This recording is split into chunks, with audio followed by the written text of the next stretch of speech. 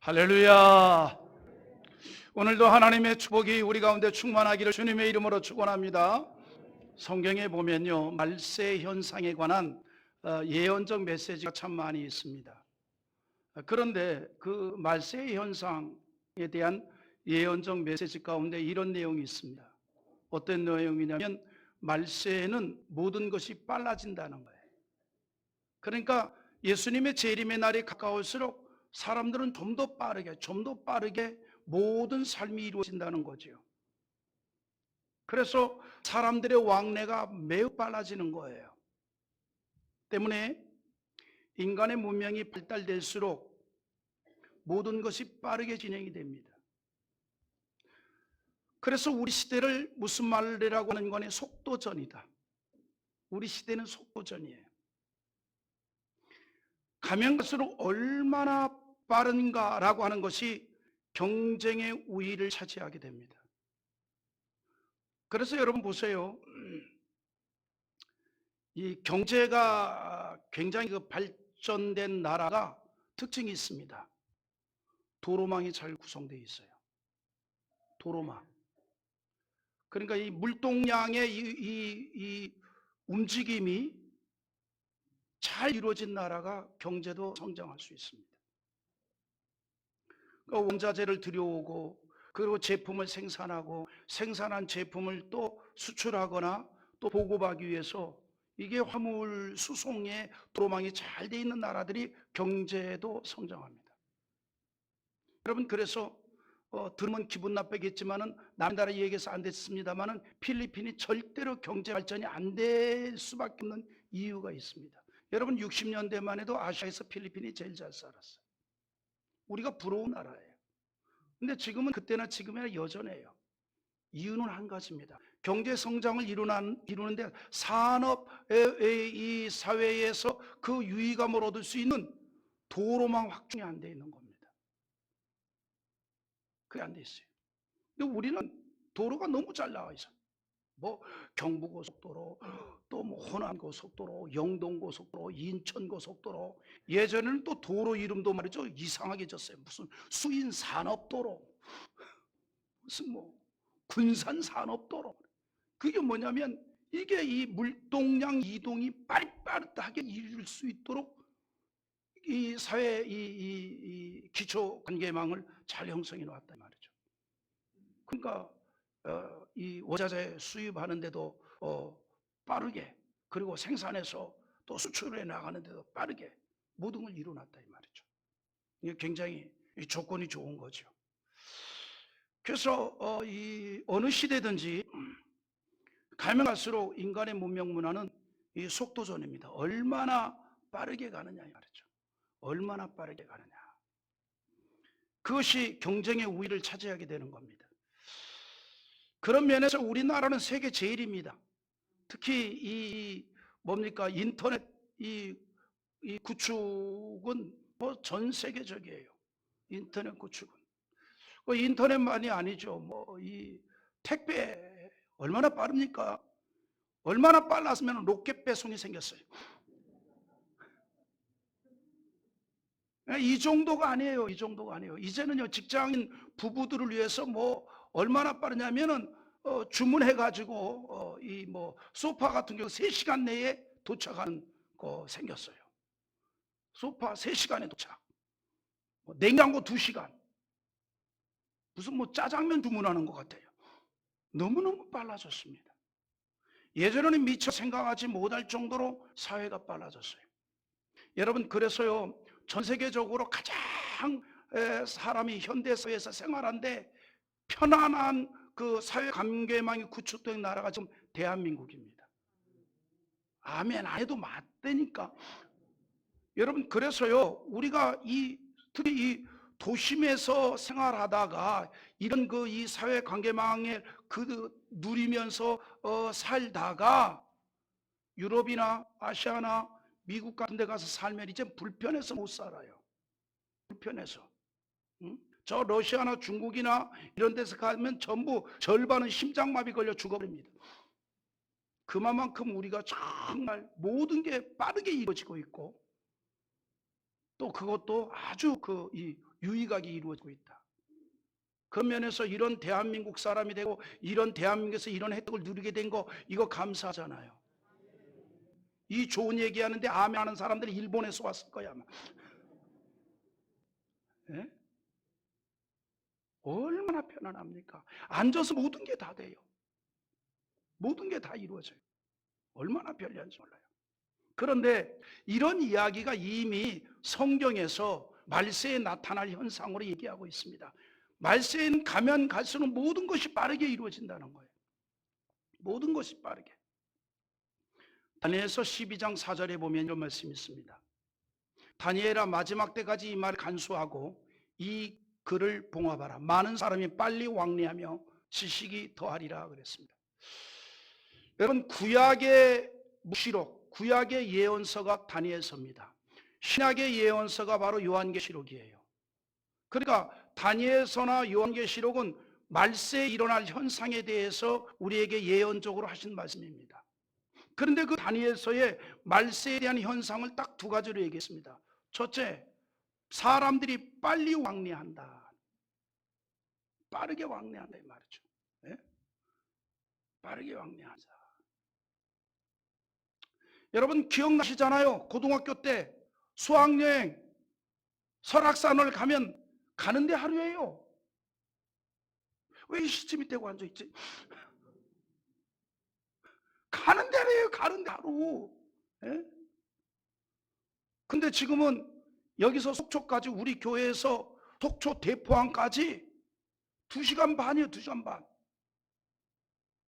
근데 제 승용차는 1시간 45분 걸리더라고요.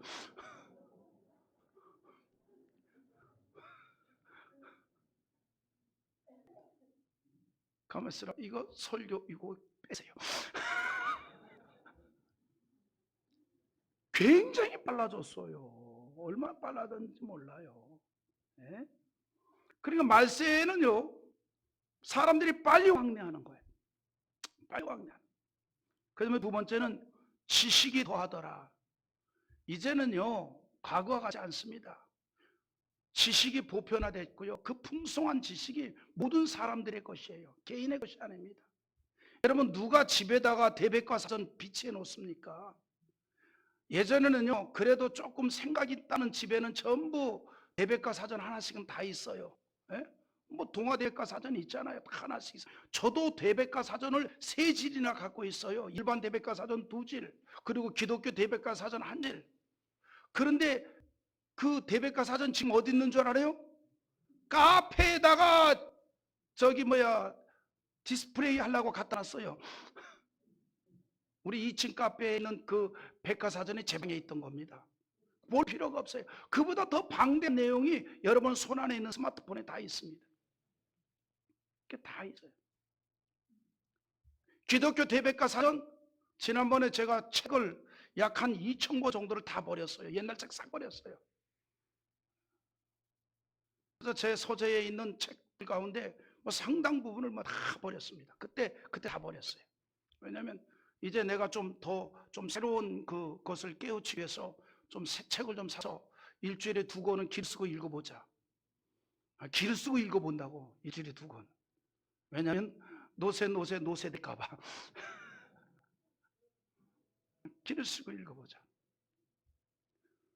그러니까 지금은 지식이 보편화됐다 이 말이죠. 응? 지식이 보편화됐어요. 그래서 지금 스마트폰 울리는데 안 꺼지는 분들은요 볼 거 없습니다. 70대입니다. 그러니까 봐드리세요.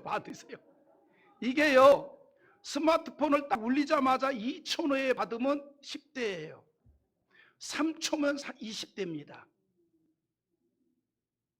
그리고 5초가 넘어갔다. 예 죄송합니다. 근데 10초가 넘어갔다. 공경해 드리시기 바랍니다. 그리고 계속 또 울린다. 많이 공경해 드리시기 바랍니다.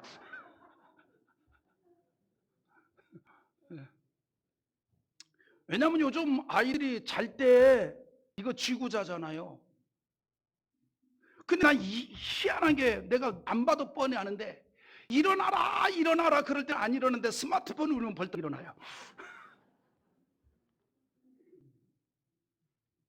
자, 우리 얘기합시다. 오늘 설교가 이상한 쪽으로 가네. 시간도 없는데. 말세에 말이죠, 모든 게 빨라진다는 거죠. 모든 게 빨라진다. 그래서 말세 사람들이 빠르게 왕래를 하다 보니 좀 더 빠른 것을 찾게 되는 겁니다. 과학자들이 이 세상에서 가장 빠른 것을 빛으로 말합니다. 왜냐하면 빛은 1초에 지구를 7바퀴 반을 돈다 그러죠. 그래서 그걸 알고 나서 이 세상에 가장 빠른 게 빛이다 그랬습니다. 그런데 시간이 지나다 보니까 빛보다 수십억 배가 빠른 것이 있다는 걸 알게 됐어요. 그게 뭐냐, 원자예요. 그런데 빛보다 빠른 원자보다 더 빠른 것이 있습니다. 뭘까요?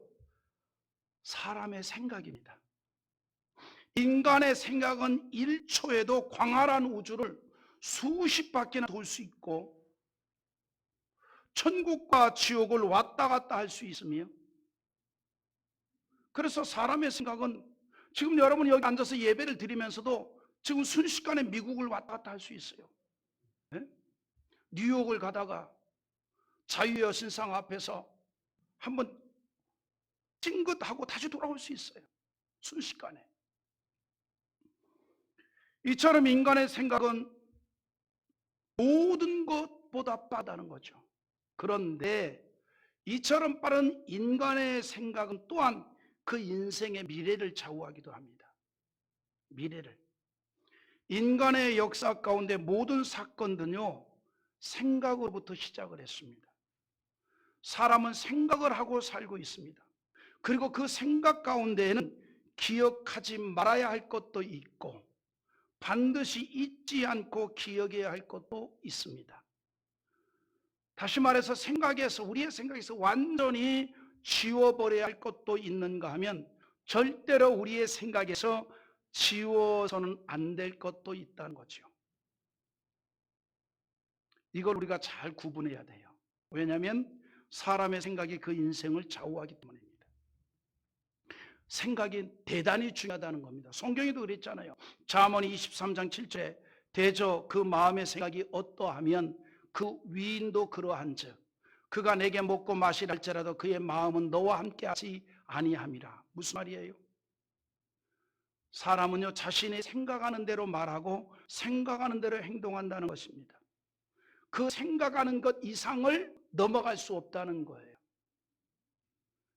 그래서 대저 그 마음의 생각이 어떠하면 그 위인도 그러하리라 그랬어요. 생각하는 것 자체가 그 사람의 본 모습이라 이 말입니다. 그래서 그가 너에게 먹고 마시라 할지라도 그의 마음은 너와 함께하지 아니할 수도 있다는 거예요. 그런 거 있잖아요. 우리 같이 밥 먹읍시다. 그래서 밥은 먹을지라도 마음은 딴 데 가 있을 수 있다 이 말이죠. 오늘 여러분들이 이 가운데 와서 예배를 드리고 있지만은 내 생각은 지금 남한산성에 가 있을 수도 있다 이 말이죠. 얼마든지 있을 수 있잖아요. 네? 물론 지금 보니까 한 명도 없어. 그렇게 살아야지 뭐 생각하면서. 우리 생각이 그렇다 이 말이죠. 생각이 바로 그 사람이 된다는 겁니다. 그러므로 우리는 무엇을 생각하고 사느냐에 따라서 내 자신이 달라지는 겁니다. 때문에 하나님의 사람, 믿음의 사람, 저와 여러분은 항상 좋은 것 생각하면서 사는 자 되기를 바랍니다. 좋은 것 생각합시다. 하나님 기뻐한 것 생각합시다. 하나님께 볼 받을 것 생각하는 자 되기를 원합니다.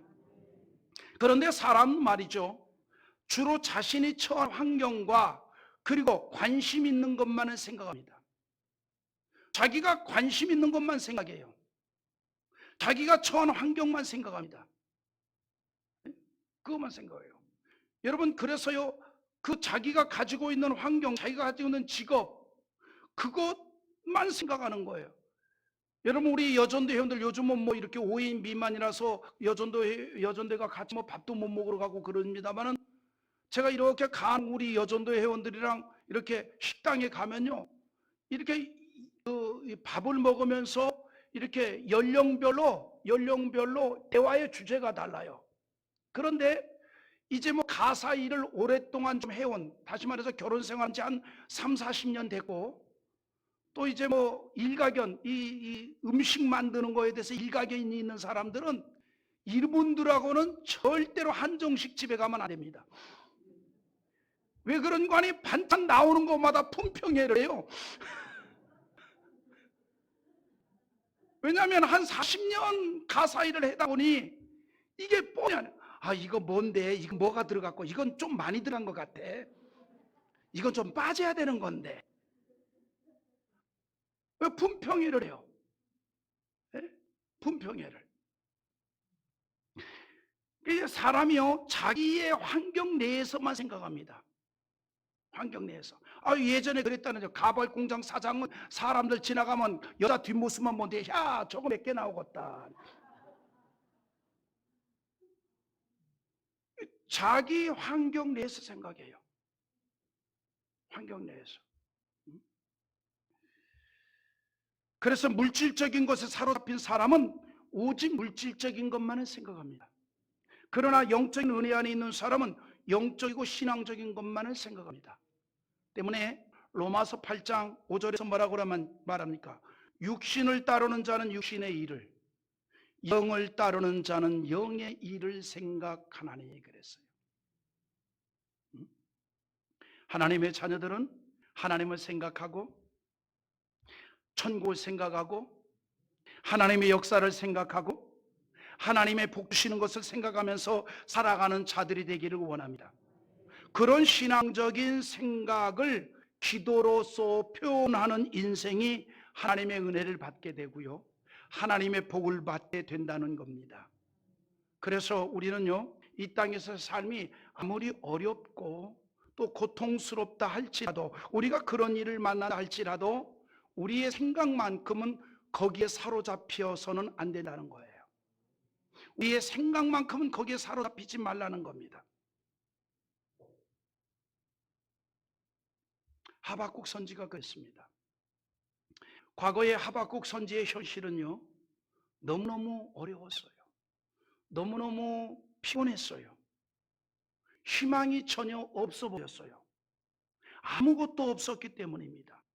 하지만 하박국 선지는 그의 생각에 그런 어렵고 피곤하고 곤비한 현실에 사로잡히지 않았다는 겁니다. 오히려 모든 것을 초월하시는 하나님을 더 많이 생각했습니다. 그리고 그 하나님으로 인하여서 오히려 즐거워하고 기뻐했습니다. 그것이 바로 하박국서 3장 17절과 18절의 내용인데, 이게 뭐냐면 하박국 선지의 고백입니다. 우리 한번 읽어보겠습니다. 비록 무화과 나무가 무성하지 못하며 포도나무에 열매가 없으며 감람나무에 소출이 없으며 밭에 먹을 것이 없으며 우리의 양이 없으며 외양간에 소가 없을지라도 나는 여호와로 말미암아 즐거워하며 나의 구원의 하나님으로 말미암아 기뻐하리라. 여러분, 하박국 선지의 내용을 한번 보십시다. 그가 17절에서는 모든 게 없대요. 아무것도 없대요. 아무것도 없대요. 그러나 18절에서 그럼에도 불구하고 나는 여호와로 말미암아 즐거워하고 나의 구원의 하나님으로 말미암아 기뻐한다 그랬습니다. 무슨 얘기입니까? 지금 하박국 선지의 현실은요, 희망이 안 보여요. 미래가 없어 보입니다. 지금 그에게는 아무런 도전할 것이 없다 이 말입니다. 그럼에도 불구하고 그는 그러한 현실에 그의 생각이 사로잡히지 않았다는 거죠. 오직 그의 생각은 여호와 하나님만을 바라봤습니다. 이런 어려운 현실 속에서도 복 주시고 열어주실 그 하나님을 생각하니까 즐거움이 덧고 기쁨이 되었다는 겁니다. 여러분, 하박국의 어제와 오늘은 어려움이었습니다. 그러나 내일은 여호와로 말미암아 즐거움과 기쁨이 될 걸 믿었어요. 하나님 여호와께서 반드시 그렇게 할 것을 믿었다 이 말입니다. 그러므로 나의 구원의 하나님으로 말미암아 기뻐하리로다 라고 했습니다. 고난과 비참한 어제를 생각하지 아니하고 구원하여 주시는 내일을 바라보았다 이 말입니다. 오늘 우리도 본문에서 그 같은 은혜를 받기를 원하는 겁니다. 오늘 본문의 말씀이 그걸 말해주고 있습니다. 그래서 실패와 고난과 어둠이었던 지난 일을 잊어버리라고 말합니다. 18절 이렇게 말합니다. 너희는 이전 일을 기억하지 말며 옛날 일을 생각하지 말라. 여기에서 말하는 이전 일과 옛날 일은 뭡니까? 아픔으로 인하여 눈물을 흘리게 하였던 날들을 말합니다. 고난스러웠던 날들을 말합니다. 또 어두웠던 날들을 말합니다. 그러나 이제는 그런 것을 기억에서 완전히 지워버리라 그럽니다. 왜냐하면 믿음으로 살고 있다면 하나님께서 나의 내일을 희망으로 이끌어 주시기 때문입니다. 이걸 여러분 믿으시기 바랍니다. 하나님께서는 이제는 희망적이고 감격적인 새로운 역사를 시작하신다는 거예요. 그 일이 어떤 일입니까? 한마디로 말하면 기적입니다. 기적. 전능하신 하나님의 능력으로 나타내시는 기적을 말하고 있습니다. 우리의 삶의 현장에 그런 하나님의 기적의 역사가 반드시 나타나게 된다는 것입니다. 그러므로 19절에서 이렇게 말합니다. 우리 한번 읽어보십시다. 보라, 내가 새 일을 행하리니 이제 나타낼 것이라. 너희가 그것을 알지 못하겠느냐? 반드시 내가 광야의 길을 사막에 강을 내리니. 아멘입니까? 하나님 여호와께서 우리에게 친히 말씀하십니다. 이전 일은 잊어버려라. 옛날 일을 완전히 버려라. 고난스럽고 고통스럽고 견디기 어려웠던 그런 상황을 완전히 잊어버려라. 왜냐하면 보라, 내가 새 일을 행하리니 이제 나타낼 것이라. 그리고 그것을 믿으라고 합니다. 그래서 너희가 그것을 알지 못하느냐라고 하였습니다. 이 말씀은 하나님이 어떤 분이라는 것을 알지 못하느냐라고 말씀하는 겁니다. 하나님께서 아무것도 할 수 없는 것이 아니라 능히 모든 일을 할 수 있는 전능하신 하나님이라는 것을 너희가 왜 알지 못하냐라고 말합니다. 예수님께서요, 이런 일이 있었답니다. 어느 날 12제자 가운데 9명의 제자들을 산 아래에 남겨두고 3명의 제자들을 데리고 산 위로 올라가셨어요. 그리고 그 산 위에서 아주 하늘의 신령한 은혜를 체험하고 있었습니다. 이른바 그 산을 우리는 변화산이라고 합니다. 그런데 그 산 위에서 신령한 은혜의 잔치를 하고 있을 때 산 아래에 남아있던 9명의 제자들은 쩔쩔매고 있었습니다. 할아버지가 귀신 들린 아들을 고침받기 위해서 예수님께 찾아 나왔는데 예수님 안 계시고 제자들만 있단 말이죠. 그래서 제자들에게 내 아이를 치료해 달라고 부탁을 합니다. 그래서 이 제자들이 예수의 이름으로 귀신 들린 아이를 치료하기 위해서 애를 쓰는데 그게 잘 안 되는 거예요. 그래서 어찌하지 못하고 쩔쩔매고 있을 때에 예수님께서 내려오셨습니다. 그때의 아이의 아버지가 예수님에게 한 말이 있지요. 당신이 내 아이를 고칠 수 있다면 고쳐주십시오라고 말합니다. 예수님께서 그 말을 들으시고 책망을 합니다. 고쳐주실 수 있다면이 무슨 말이냐? 능히 예수님께서는 고칠 수 있으니 고쳐주십시오라고 말해야지. 백부장은 그런 믿음을 가졌잖아요.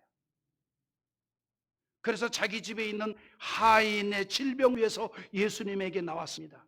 주여 말씀만 하옵소서. 주께서 말씀만 하시면 내 하인이 고침을 받을 수 있는 줄 믿나이다. 그럴 때 주님 말씀하십니다. 가라, 내 믿음대로 될지어다 하시니 즉시 하인이 치료를 받았습니다. 이 귀신 들린 아이의 아버지가 예수님에게 당신이 고칠 수 있다면 고쳐주십시오 그래요. 그때 예수님께서 책망을 했습니다. 마가복음 9장 23절에 예수께서 이르시되 할 수 있거니 무슨 말이냐? 믿는 자에게는 능치 못할 일이 없느니라. 할 수 있거든이가 아니라 할 수 있습니다. 하나님이 허락하시면 능히 가능합니다. 오늘 여러분이 이 믿음을 가지고 나가는 자들이 되기를 원합니다. 예수님께서는 그렇게 말씀하시고 귀신 들린 아이를 치료했습니다. 하나님께서 오늘 우리에게도 말씀하십니다. 하나님은 어떤 분이십니까? 새 일을 하시는 전능자라는 것을 너희가 알지 못하느냐라고 합니다. 우리는 하나님에 대한 이 믿음을 갖기를 원합니다. 하나님께서는 이스라엘 백성들을 위해서 내가 광야의 길을 사막에 강을 내리라 그랬습니다. 왜 하나님께서 이 말씀을 했습니까? 지금 이스라엘 백성들은 마치 그의 인생이 광야에 던져진 것 같다 이 말입니다. 마치 그의 인생이 사막에 던져진 것 같다 이 말입니다. 그러나 거기에 생각이 사로잡히지 말라는 거예요. 그 가운데 역사하실 전능하신 하나님을 생각하라는 겁니다. 그 가운데 역사하실 전능하신 하나님을 믿으라 이 말입니다. 지금 저들의 삶이 광야에 있는 것 같고 사막에 있는 것 같지만, 그러나 거기에서 하나님이 역사하사 기적을 일으킨다는 거 아닙니까? 전능하신 하나님께서 바로 기적을 일으키사 광야에 길을 내시고 사막에 강을 내신다 이 말입니다. 오늘 여러분, 우리가 믿는 하나님은 바로 그런 하나님이십니다. 전능하셔서 천지를 만드신 하나님이십니다. 그리고 그 하나님이 우리와 함께 하셨고 우리 교회와 함께 하신 하나님인 줄 믿습니다. 하나님은 과거에 이스라엘을 인도하시고 축복하신 하나님이시며 이제는 우리를 축복하신 하나님인 줄 믿습니다. 그 하나님께서 우리 교회를 40년 동안 인도해 주셨습니다. 그리고 그 동안에 많은 기적과 이적을 보이셨고 성도들을 축복했습니다. 교회를 축복했습니다. 이렇게 아름다운 예배당을 주셨고 또 헌당할 수 있는 은혜도 주셨습니다. 할렐루야. 우리가 헌당 예배를 드리는 이 10월 첫째 주일날 우리는 밥만 먹을 수 있었으면 좋겠습니다.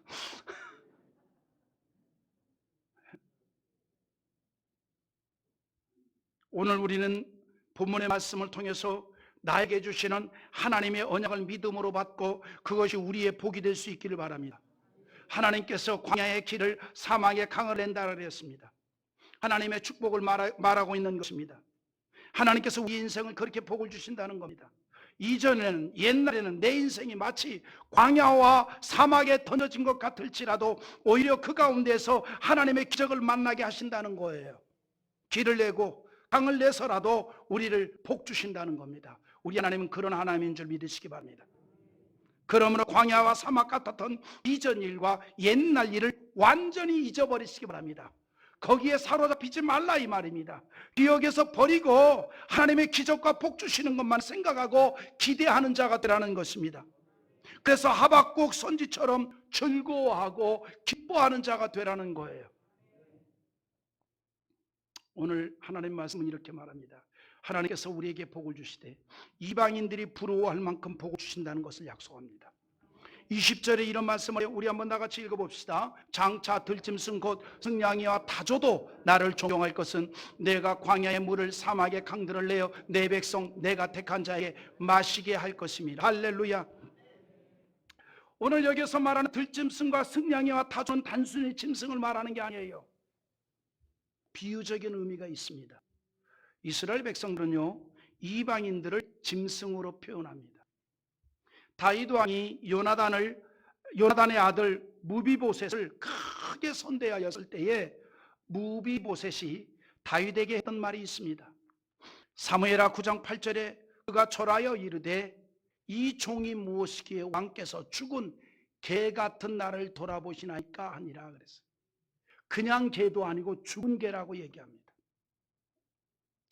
이 말이 무슨 말인가 하니 자신은 이방인과 같은 존재로서 도저히 하나님의 은총을 받을 자가 아닌데 다윗 왕이 이렇게 은혜를 베푸십니까? 라고 하는 말입니다.